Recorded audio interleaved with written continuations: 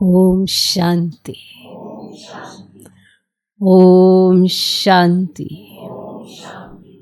आज की तारीख है 30 मई 2026।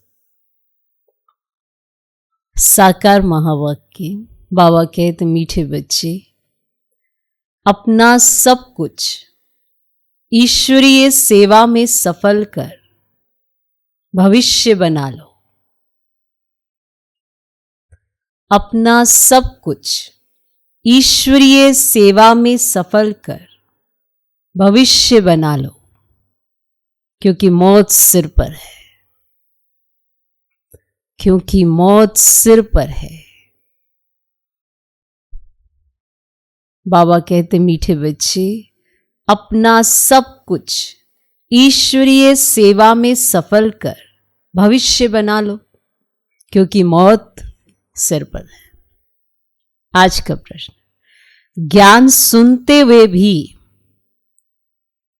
बच्चों में उसकी धारणा क्यों नहीं होती है? ज्ञान सुनते हुए भी बच्चों में उसकी धारणा क्यों नहीं होती है? ज्ञान सुन रहे हैं फिर भी धारणा क्यों नहीं होती है? ज्ञान सुन रहे हैं फिर भी धारणा नहीं होती है, क्यों? उत्तर, क्योंकि विचार सागर मंथन करना नहीं आता है। क्योंकि विचार सागर मंथन करना नहीं आता है। बुद्धि योग देह और देह के संबंधों में लटका हुआ है। बुद्धि योग देह और देह के संबंधों में लटका हुआ है। पहले जब बुद्धि से मोह निकले तब कुछ धारणा भी हो। पहले जब बुद्धि से मोह निकले तब कुछ धारणा भी हो। मोह ऐसी चीज है जो एकदम क्या बना देती? मोह ऐसी चीज है जो एकदम बंदर बना देता है। बंदर समझते हो? मोह ऐसी चीज है जो एकदम बंदर बना देता है। इसीलिए बाप बच्चों को पहला पहला वायदा याद दिलाते हैं, देह सहित देह के सब संबंधों को भूलो और मुझे याद करो।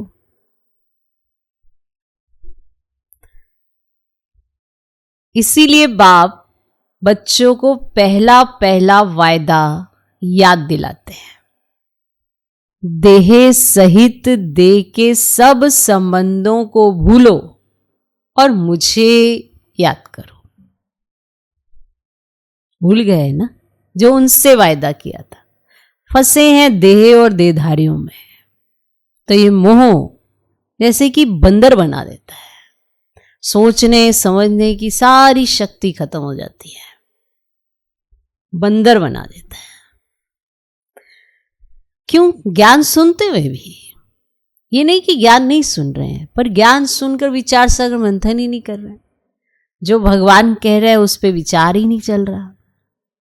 सुबह सुबह सुन लिया और सारा दिन में वही झरमुई झगमुई देह देहधारी, इसकी उसकी, ये करना है वो करना है, बस देह से जुड़ी चीजें।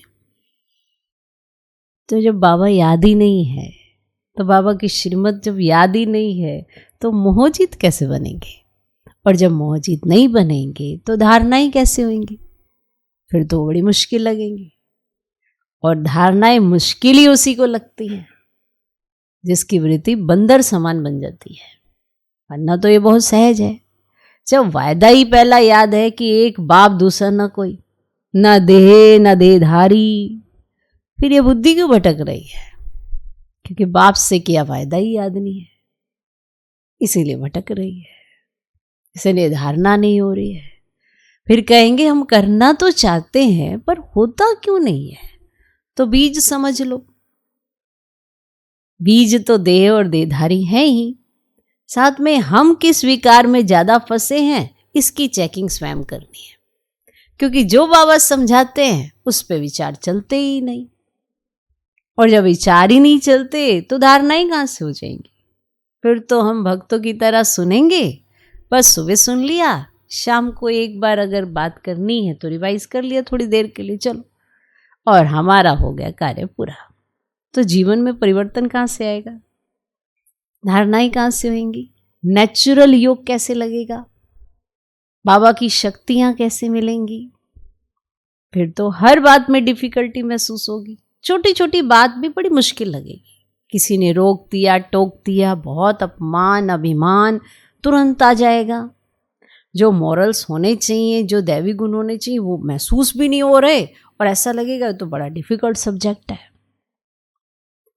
इसीलिए तो यहाँ कोई कोई चलता है, सभी नहीं चलते।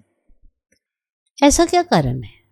यहाँ कारण है धारणाएं, जो सब जगह नहीं है। तो धारणा हो तो जीवन में परिवर्तन आए। यहाँ तो स्वयं भगवान अपने बच्चों को नमस्कार करता है, क्योंकि लायक बनाता है। बाकी और किसी जगह लायक बनाया नहीं जाता, यहाँ कर्मों को सुधारा जाता है। इसलिए कहा जाता है जो बाबा सुना रहे हैं ना, उस पर विचार भी कर लो, तो धारणाएं सहज हो जाएंगी। और जब धारणाएं सहज हो जाएंगी तो जीवन में परिवर्तन दिखाई देगा, वो भी आपको भी और दूसरों को भी। क्योंकि उन्हें भी जब तकलीफ होती है तो किसके पास भागते हैं? जो परमात्मा के सबसे नजदीक होता है उसी के पास भागा जाता है। तो आप उन्हें नजदीक दिखाई देते हैं। क्यों दिखाई देते हैं? आपकी धारणाओं की वजह से।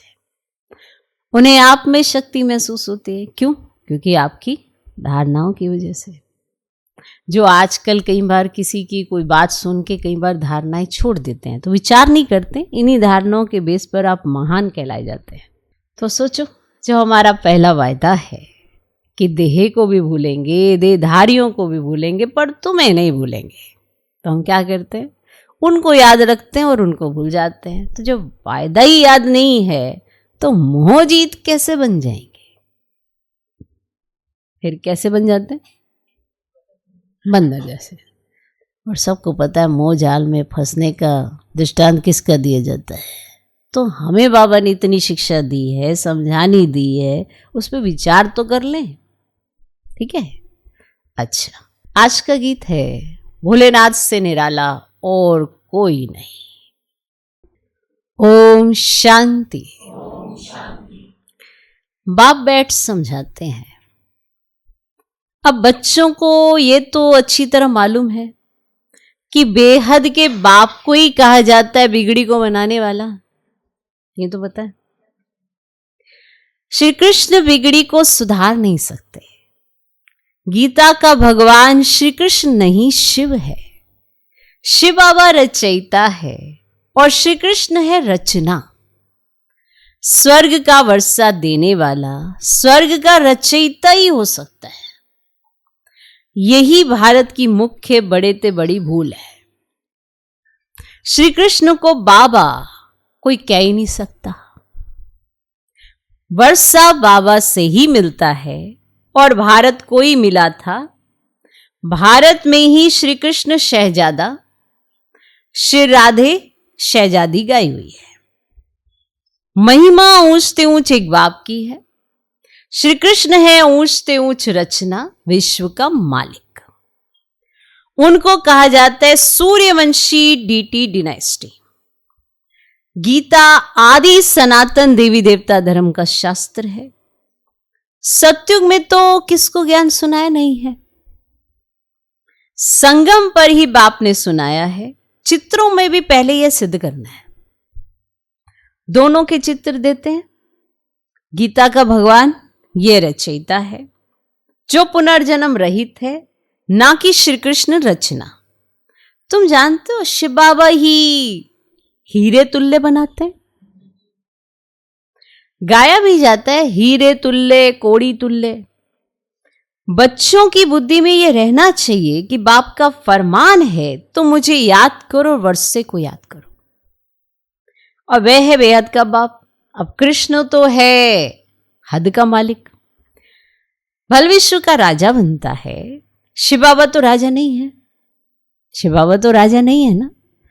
गीता की वास्तव में बड़ी महिमा है, साथ साथ भारत की भी महिमा है। भारत सब धर्म वालों का बड़ा तीर्थ है। सिर्फ कृष्ण का नाम डालने के कारण सारा महत्व उड़ गया है। इस कारण ही भारत कोड़ी तुल्य बन गया है तो ड्रामा अनुसार, परंतु सावधान करना होता है, क्योंकि एक बात समझानी मिलने के बाद भी अगर हम वापस वही चीज बोलते हैं तो फिर ये और गलत हो जाएगा। इसीलिए बार बार सावधान करना होता है। बाप समझाते बहुत अच्छी रीति हैं, दिन प्रतिदिन गुये बातें सुनाते रहते हैं, तो फिर पुराने चित्रों को बदलकर दूसरा बनाना पड़े, क्योंकि आज बाबा कुछ कहेंगे फिर आगे बदलेंगे, फिर उस पर और समझानी देंगे, तो बाबा कहते फिर तो चित्र तो बदलने पड़ेंगे, बनाना पड़े ना, ऐसा तो चलता रहेगा। अब यह तो अंत तक होता ही रहेगा।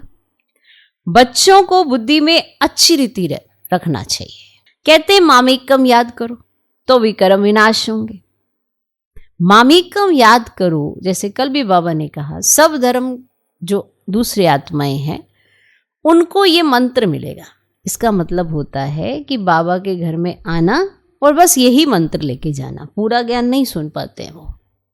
मध्याजी भव का मतलब है कि उन्हें ये भी पता हो कि चक्रवर्ती राजा कैसे बना जा सकता है, पुरुषार्थ कैसे हो सकता है, इसकी नॉलेज वो नहीं लेके जाते। जैसे आप अभी देखते ही हो, सभी धर्म की आत्माएं आती हैं, सब तरह तरह के मधुबन में इकट्ठे होते हैं, तो कॉन्फ्रेंस भी होती है, उनके शिविर भी रखे जाते हैं। तो इस तरह से वो ये ज्ञान इतना लेके जाते हैं कि आत्मा क्या है, परमात्मा क्या है और ये कैसे चक्र चलता है, बस। इसके अलावा ज़्यादा कुछ नहीं होता है।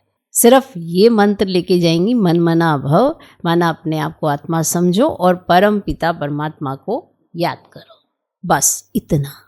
और ये बात उन्हें स्पष्ट समझ में आ जाएगी। बाकी सब बातें उन्हें समझ में नहीं आएंगी, क्योंकि वहाँ तक वो पहुँचना नहीं चाहेंगे।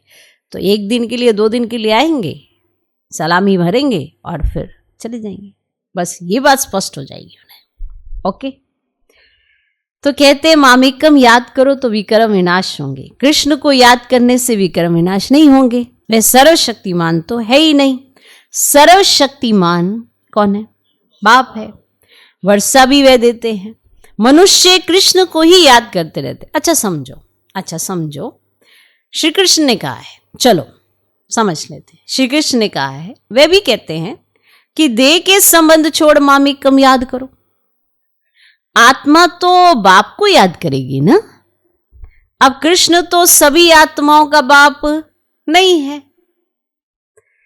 तो ये सब विचार सागर मंथन कर बुद्धि में धारण करना चाहिए कि इस पॉइंट का अर्थ क्या है, उस पॉइंट का अर्थ क्या है। ऐसा अगर कहेंगे तो उसका अर्थ क्या निकलता है, वैसा जब कहना है तो उसका अर्थ क्या निकलता है। ऐसे विचार सागर मंथन कर बुद्धि में धारण करना चाहिए।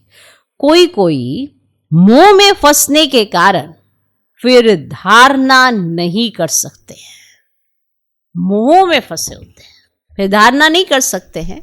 और तुम गाते आए हो, और संग तोड़ आप संग जोड़ेंगे, यही गाया था ना। मेरा तो एक दूसरा ना कोई, यही गाया था ना। परंतु मोह फिर ऐसी चीज है जो एकदम बंदर बना देते हैं, बंदर जैसे बन जाते हैं। इतना मोह। बंदर में मोह और लोभ बहुत होता है। ये दोनों चीजें उसमें टू मच होती हैं, मोह और लोभ। समझे? किसमें? बंदर में। ये भी ले लूं, वो भी ले लूं, भले घड़े में हाथ डाल के हाथ फंस जाए, हाँ, और वो निकले ही ना, पर चाहिए। माना बुद्धि किसी चीजों में इतना फंसाएंगे, भले खुद ही फंस जाए उसके अंदर, और बुद्धि फिर बाप में लगे ही ना। सुबह दोपहर रात शाम बस एक ही ख्याल आए, एक ही तरह के ख्याल चलने लगे, तो कितना मोह। तो बंदर में मोह और लोभ बहुत होता है। साहूकार लोगों को भी समझाया जाता है कि अभी मौत सामने खड़ा है, तो ये सब ईश्वरीय सेवा में लगाओ, भविष्य बना लो, परंतु बंदर मुआफिक लटक पड़ते, छोड़ते नहीं है। बाप कहते जो भी देह सहित देह के संबंध है उनसे बुद्धि योग हटाओ, बाप की श्रीमत पर चलो। तुम कहते हो ये धन, बाल बच्चे आदि सब ईश्वर ने दिया है, तुम कहते हो ना, यही कहा है ना कि धन बाल बच्चे आदि सब ईश्वर ने दिया है।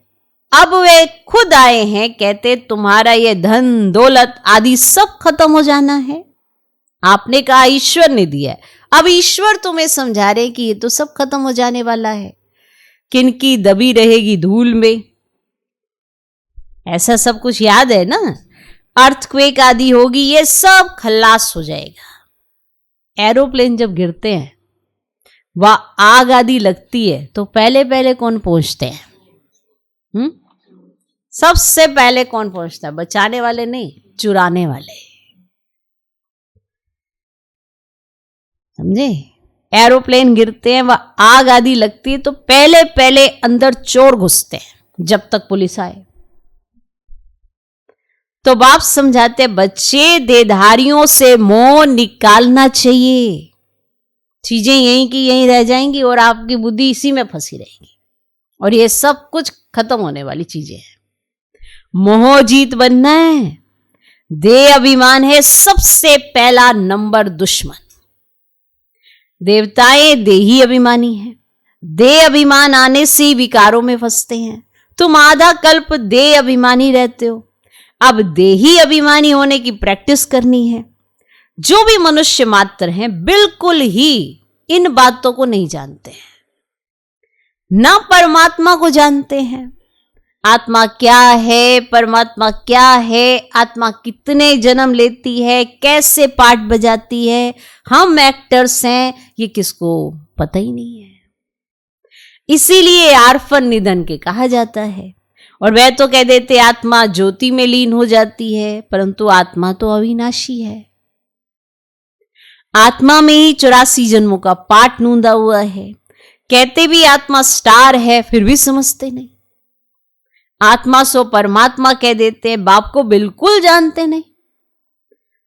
और आत्मा के लिए भी कहते हैं कि भृगुटी के बीच में सितारा चमकता है, और परमात्मा के लिए तो कुछ बताते ही नहीं है। उनको परम आत्मा कहा जाता है, वह भी परम धाम में रहते हैं, वह भी बिंदी है, सिर्फ पुनर्जन्म रहित है। आत्माएं पुनर्जन्म में आती हैं। परमात्मा के लिए कहा जाता है ज्ञान का सागर, आनंद का सागर, पवित्रता का सागर है।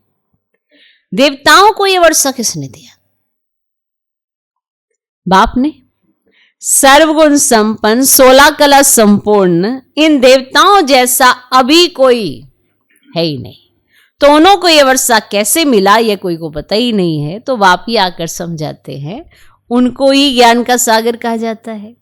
इस समय आकर ज्ञान देते हैं, फिर प्राय लोप हो जाता है।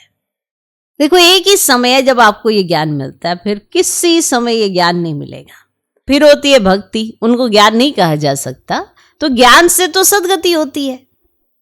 जब दुर्गति हो तब सर्व का सदगति दाता ज्ञान का सागर आए, तो बाप ही आकर ज्ञान स्नान कराते हैं। तो वह तो पानी का स्नान है, उससे सदगति हो ही नहीं सकती। ये थोड़ी बातें भी धारण करनी चाहिए। मुख्य जो अच्छे अच्छे चित्र हैं वे बड़े होने चाहिए, बड़े बड़े, जो कोई अच्छी रीति समझ जाए। अक्षर बड़े अच्छे हों। चित्र बनाने वालों को यह बुद्धि में रखना चाहिए। किसी को भी बुलाना है, निमंत्रण देकर फिर के आकर परम पिता परमात्मा का परिचय लो, और भविष्य के जन्म के लिए बाप से वर्षा लो। भाइयों बहनों, पारलौकिक बाप से बेहद सुख का स्वराज्य कैसे मिलता है, सो आकर समझो। वेद के बाप से वर्षा पाना सीखो। इसमें डरने की तो कोई बात ही नहीं है। बुलाते रहते हैं, हे पतित पावन आओ, और बाप भी कहते काम महाशत्रु है। पावन दुनिया में जाना है तो पवित्र जरूर बनना है। पतित उनको कहा जाता है जो विकार से जन्म लेते हैं। सत्युग त्रेता में विष होता नहीं, उनको कहा ही जाता है संपूर्ण निर्विकारी दुनिया, विकार है ही नहीं। फिर ये तुम क्यों पूछते हो बच्चे कैसे पैदा होते हैं? तुम निर्विकारी तो बनो, तुम निर्विकारी तो बनो। बच्चा जैसे होना होगा वैसे होगा। तुम ये पूछते ही क्यों हो कि ये कैसे होगा, वहां वो कैसे होगा? तुम ये क्यों पूछते हो? तुम बाप को तो याद करो, तो जन्म जन्मांतर के विक्रम विनाश हो जाए। अब यह है ही पाप आत्माओं की दुनिया और वह है पुण्य आत्माओं की दुनिया, तो ये अच्छी रीति बुद्धि में बिठाना। भक्ति का फल भगवान आकर देते, तो बाप ही सर्व की सदगति कर स्वर्ग का मालिक बनाते। तो बाप कहते अब पवित्र बनो, मामी का याद करो। ये है महामंत्र। और बाप से वर्षा जरूर मिलेगा। तो बाप कहते तुम मुझे याद करो तो तुम सतो प्रधान बन जाएंगे। सीढ़ी पर समझाना है, दिन प्रतिदिन हर चीज सुधरती जाती है, इनमें क्लियर कर लिखना है। ब्रह्मा द्वारा आदि सनातन देवी देवता धर्म की स्थापना। जब आदि सनातन देवी देवता धर्म था ना, तो और कोई धर्म ही नहीं था। तो जो पवित्र बनते हैं वही पवित्र दुनिया में आएंगे। जितनी ताकत तुम्हारे में भरती जाएगी उतना पहले आएंगे। सब इकट्ठे तो नहीं आएंगे। ये भी जानते हो सत्युग त्रेता में देवी देवताएं बहुत थोड़े होते हैं, तो पीछे वृद्धि को पाते हैं और प्रजा में तो ढेर होंगे। और समझाने वाले भी बड़े अच्छे चाहिए। बोलो बेहद के बाप से आकर वर्षा लो, जिसको पुकारते हो हे बाबा, उनका वास्तव में नाम ही शिव है। ईश्वर व प्रभु भगवान कहने से यह नहीं समझते कि वह बाप है तो उनसे वर्षा मिलना है। शिव बाबा कहने से वर्षा याद आता है, तो उनको कहते हैं शिव परमात्मा नमः। अब परमात्मा का नाम तो बताओ। तो नाम रूप से न्यारा कोई नहीं है, तो उनका तो शिव नाम है, तो सिर्फ शिवाय नमः भी नहीं कहना है, शिव परमात्माए नमः। हर एक अक्षर को ना बहुत अच्छी रीति क्लियर कर समझाना होता है कि ये नहीं कहना है, ये कहना है, ये नहीं लिखना है, वो लिखना है, तो उसका अर्थ क्या है। हर एक चीज का अर्थ समझकर फिर लिखवाना है। तो शिवाय नमः कहने से भी बाप का मजा नहीं आता। मनुष्य ने तो सब नाम अपने ऊपर रख दिए हैं, और तुम जानते हो मनुष्य को कभी भगवान नहीं कहा जाता। ब्रह्मा विष्णु शंकर को भी देवता कहा जाता है। बाप रचयिता तो एक ही निराकार है।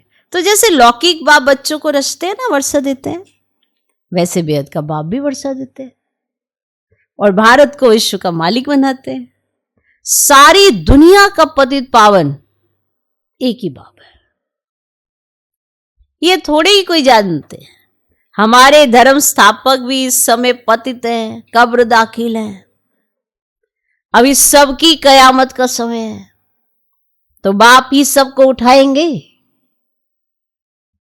कयामत के समय ही खुदा भगवान आते हैं। वही ज्ञान का सागर है। लिखा हुआ है सागर के बच्चे भस्मीभूत हो गए थे, अर्थात काम चीता पर बैठ काले आयरन एज्ड बन गए थे, फिर सुंदर कैसे बनेंगे? जो काले हो गए थे वो सुंदर कैसे बनेंगे? ये लिखा हुआ है। और बाप कहते याद की यात्रा से। योग अक्षर कहने से ना मनुष्य मूंझ जाता है, वो अपना दूसरे वाला योग समझ लेता है। वो कहते हैं हम तो योग करते हैं, कौन सा? तो वो मूंझ जाते हैं। बाप कहते हैं मुझे याद करो तो अंतमति स्वगति हो। इसीलिए कितना सहज समझाते हैं। फिर भी ये बातें बुद्धि में क्यों नहीं बैठती है बड़ी सिंपल सिंपल सी बातें, फिर भी बुद्धि में क्यों नहीं बैठती?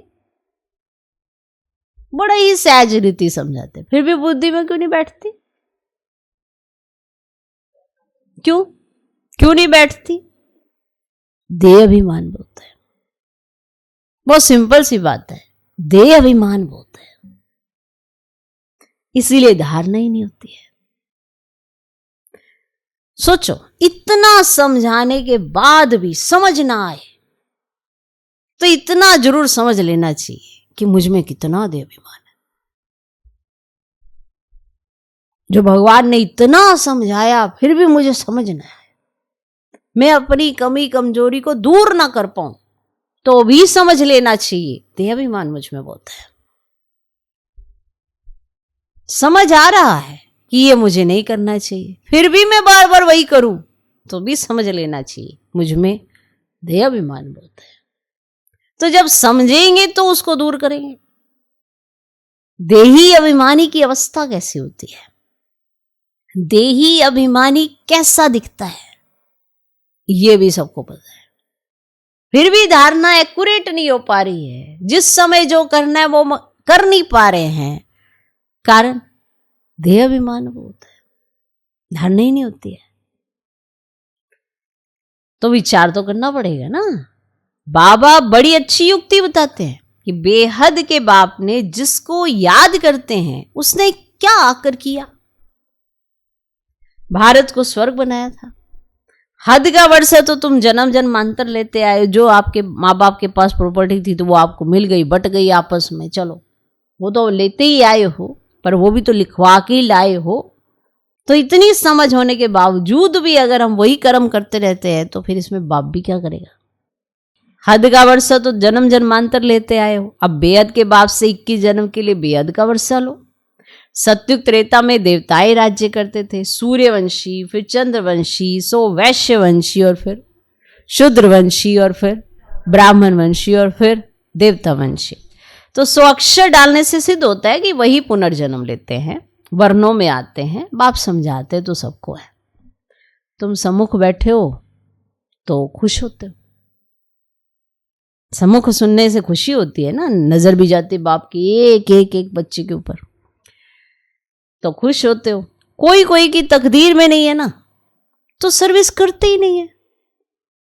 सर्विस करेंगे तो नाम होगा, कहेंगे बाबा की बच्चियां कितनी होशियार है, सब काम करती हैं, सब काम करती है, सब तरह का कार्य कर लेती है, हमको स्वर्ग की बादशाही का वर्षा देती हैं, ये भी बाबा की बच्चियां करती हैं।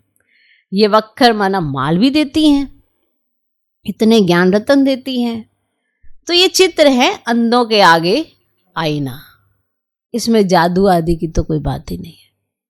इसमें जादू क्या है, चित्र है, चित्रों को देखकर पढ़ो। तो पवित्रता की ही मुख्य बात है। समझाते ही अंतिम जन्म है, स्वर्ग में चलना है तो पवित्र जरूर बनना है। विनाश सामने खड़ा है, पावन जरूर बनना पड़े। अब सन्यासी घर बार छोड़ते हैं किस लिए, पावन बनने के लिए। और बाप कहते हैं विनाश सामने खड़ा है, मुझे याद करो तो बेड़ा पार हो जाएगा। अच्छा, मीठे मीठे सिकिलदे बच्चों प्रति माता पिता बाप दादा का याद, प्यारो गुड मॉर्निंग। रूहानी बाप की रूहानी बच्चों को नमस्ते। हम रूहानी बच्चों की भी रूहानी बाप को नमस्ते नमस्ते नमस्ते। Good morning good morning good morning. धारणा के लिए मुख्य सर, पहला पॉइंट, विनाश के पहले अपना सब कुछ सफल करना है। अपना सब कुछ, यानी कि जो अपने पास है चीज, तुम्हारे पास 50 रुपए हैं वो सफल करो, 100 रुपए हैं वो सफल करो, तन है वो सफल करो, मन है वो सफल करो। संबंध संपर्क में किसी और के साथ नहीं, बाप के साथ रहो, ये सफल करो। जिसके भी संपर्क में आओ, सर्विस करने अर्थ आओ, वरना ना आओ, ये सफल करो। कर सकते हैं, इतना सब कुछ तो होता है अपने पास सफल करने का। ना लगनी लॉटरी, ना इन्होंने सफल करना। तो जो थोड़े में ना सफल कर सके वो ज्यादा में कहां से कर लेगा। बहुत सिंपल सी बात है। जिसके संस्कार होते हैं वो थोड़े में सफल करता है, और जो थोड़े में सफल करता है वो ज्यादा में नेचुरल कर लेता है। और जिसके संस्कार में ही नहीं है सफल करने का संस्कार, तो वो ना थोड़े में कर सकता है ना ज्यादा में कर सकता है। सब कुछ क्लीन और क्लियर है, कुछ भी द्वंद नहीं है कि सारा हिसाब किताब बनता कैसे है। तो विनाश के पहले अपना सब कुछ सफल करना है। ये कयामत का समय है, इसलिए पावन जरूर बनना है। ये कयामत का समय है, इसलिए पावन जरूर बनना है। दूसरा पॉइंट, देहधारियों से मोह निकाल मोहजीत बनना है। देहधारियों से मोह निकाल मोहजीत बनना है। ये अभिमान जो पहला नंबर दुश्मन है, उस पर विजय पानी है। और संग तोड़ बाप से बुद्धि योग जोड़ना है। और संग तोड़ बाप से बुद्धि योग जोड़ना है। आज का वरदान, याद के मंत्र द्वारा संकल्प और कर्म में अविनाशी सिद्धि प्राप्त करने वाले सिद्धि स्वरूप भव। याद के मंत्र द्वारा संकल्प और कर्म में अविनाशी सिद्धि प्राप्त करने वाले सिद्धि स्वरूप भव। आप बच्चे ऑलमाइटी गवर्नमेंट के मैसेंजर हो। आप बच्चे ऑलमाइटी गवर्नमेंट के मैसेंजर हो। इसीलिए कोई से भी डिस्कस करने में अपना माइंड डिस्टर्ब नहीं करना। डिस्कस करने में आप किसके मैसेंजर हो? बाबा ने कहा कि ऑलमाइटी गवर्नमेंट के आप मैसेंजर हो, माना आपको गवर्नमेंट ने यहां से मैसेंजर बना के भेजा। मैसेंजर का क्या काम होता है? जाकर मैसेज देना। इसीलिए कोई से भी डिस्कस करने में अपना माइंड डिस्टर्ब नहीं करना। मैसेंजर सिर्फ मैसेज देता है, तो डिस्कस नहीं करना है, तो माइंड डिस्टर्ब होता है। तो याद का मंत्र यूज करो। जैसे कोई वाणी से या अन्य किसी तरीके से वश नहीं होते हैं, तो मंत्र जंत्र करते हैं। आपके पास भी है कुछ आत्मिक दृष्टि का नेत्र और मन मनाभाव का मंत्र है, जिससे अपने संकल्पों को सिद्ध कर सिद्धि स्वरूप बन सकते हो। आप जो सोचो वो हो सकता है, लेकिन कब? जब आत्मिक दृष्टि का नेत्र, मन मनाभाव का मंत्र, तो जिससे अपने संकल्पों को सिद्ध कर सिद्धि स्वरूप बन सकते हो। तो किसी और के मैसेज से, किसी और की बातों से, किसी और की नेगेटिविटी से खुद डिस्टर्ब नहीं होना है। इसीलिए किसी से डिस्कस नहीं करना है, क्योंकि उन्हें कुछ पता ही नहीं है, तो आप क्या डिस्कस करोगे? आपको तो मैसेंजर बनकर मैसेज देना है। आपको जो बाबा ने कार्य दिया वो करो, फिर देखो। क्योंकि जो शक्ति आपके पास है वो तो उनके पास है ही नहीं, और आपके पास तो आत्मिक दृष्टि का साधन है, मन मनाभाव का आपके पास मंत्र है। आप अपने हर संकल्प को सिद्ध कर सकते हो, अगर बाप के कहे अनुसार चलते हो तो। आज का स्लोगन, एक्शन कॉन्शियस के बजाय सोल कॉन्शियस बनो। यह व्यक्ति शरीर सदा अचल अडोल एक रस स्थिति का अनुभव करो। एक रस का अर्थ यह नहीं है कि पुरुषार्थ की रफ्तार सदा एक जैसी हो, ये एक रस है। एक रस अर्थात सदा उड़ती कला की महसूसता रहे, उसे एक रस कहते हैं। कई शब्दों का ही अर्थ ही कुछ और निकाल देते हैं। तो एक रस किसे कहा जाता है? ऐसे नहीं कि पुरुषार्थ की रफ्तार सदा एक जैसे। पुरुषार्थ आगे बढ़ेगा, उड़ती कला का अनुभव होगा, ये सब कुछ महसूस होगा खुद को भी और दूसरे को भी। तो सर्व संबंधों की अविनाशी तार एक से जुटी हुई हो, एक बाप दूसरा न कोई, यह दृढ़ संकल्प हो। एक भी संबंध कम ना हो, सर्व संबंधों की डोर एक से बंधी हुई हो, तब एक रस स्थिति स्वतः रहेगी। ओम शांति।